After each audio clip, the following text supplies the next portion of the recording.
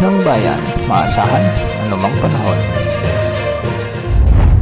Magandang araw po sa ating lahat. Narito na ang pinakauling update sa lagay ng ating panahon sa susunod na 24 oras. Sa kasalukuyan ay wala na tayong minomonitor o binabantayang bagyo sa loob ng ating area of responsibility. At yung dating si bagyong si Krising ay nananalasa na sa bahagi ng Hong Kong sa mga oras na ito.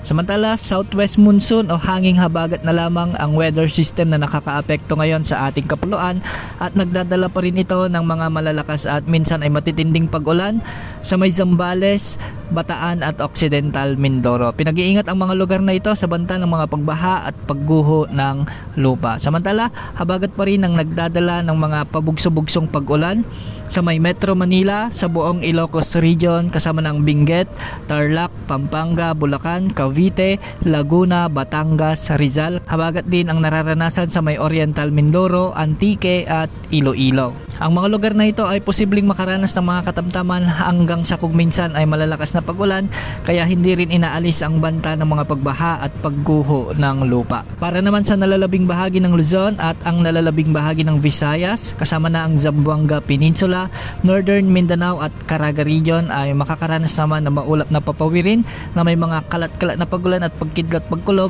o thunderstorms dulot pa rin ng umiiral na southwest monsoon. At dahil dito, posible rin ang banta ng mga flash floods at landslides lalo na kung may mga katamtaman at minsan ay malalakas na pagbuhos ng ulan. At dulot pa rin ng habagat, magiging bagyang maulap hanggang sa maulap naman ang mga kalangitan na may mga tsansa ng mga kalat-kalat na pagulan at thunderstorms sa nalalabing bahagi ng Mindanao. Minsan ay makakaranas ng mga malalakas at matitinding pagulan ang lugar sa nalalabing bahagi ng Mindanao, dulot naman ito ng mga severe thunderstorms. Sa ngayon, matataas na pag-alon pa rin ang inaasahan sa mga karagatang sakop ng northern at western sections ng Luzon at posibleng umabot hanggang 4 na metro.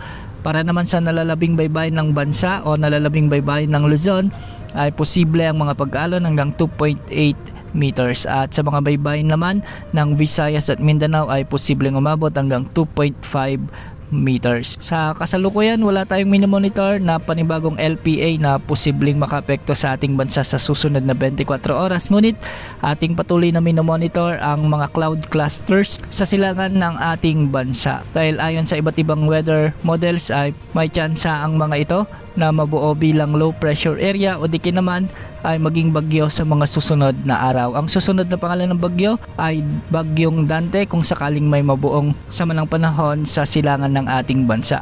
Gayunpaman, kahit hindi pa man bagyo ang mga cloud clusters na ito, asahan na malakas na pag-ulan pa rin ang mararanasan sa malaking bahagi ng bansa bukas, dulot ng habagat. At kung sakaling may mabuong sama ng panahon sa silangan ng bansa, asahan din na mas maraming lugar pa rin ang makakaranas ng mga malalakas hanggang sa matitinding pag-ulan at posible ang banta ng mga pagbaha sa maraming lugar sa western sections ng Luzon, Visayas at Mindanao dahil sa mas hahatakin na naman nilang mga ito ang habagat.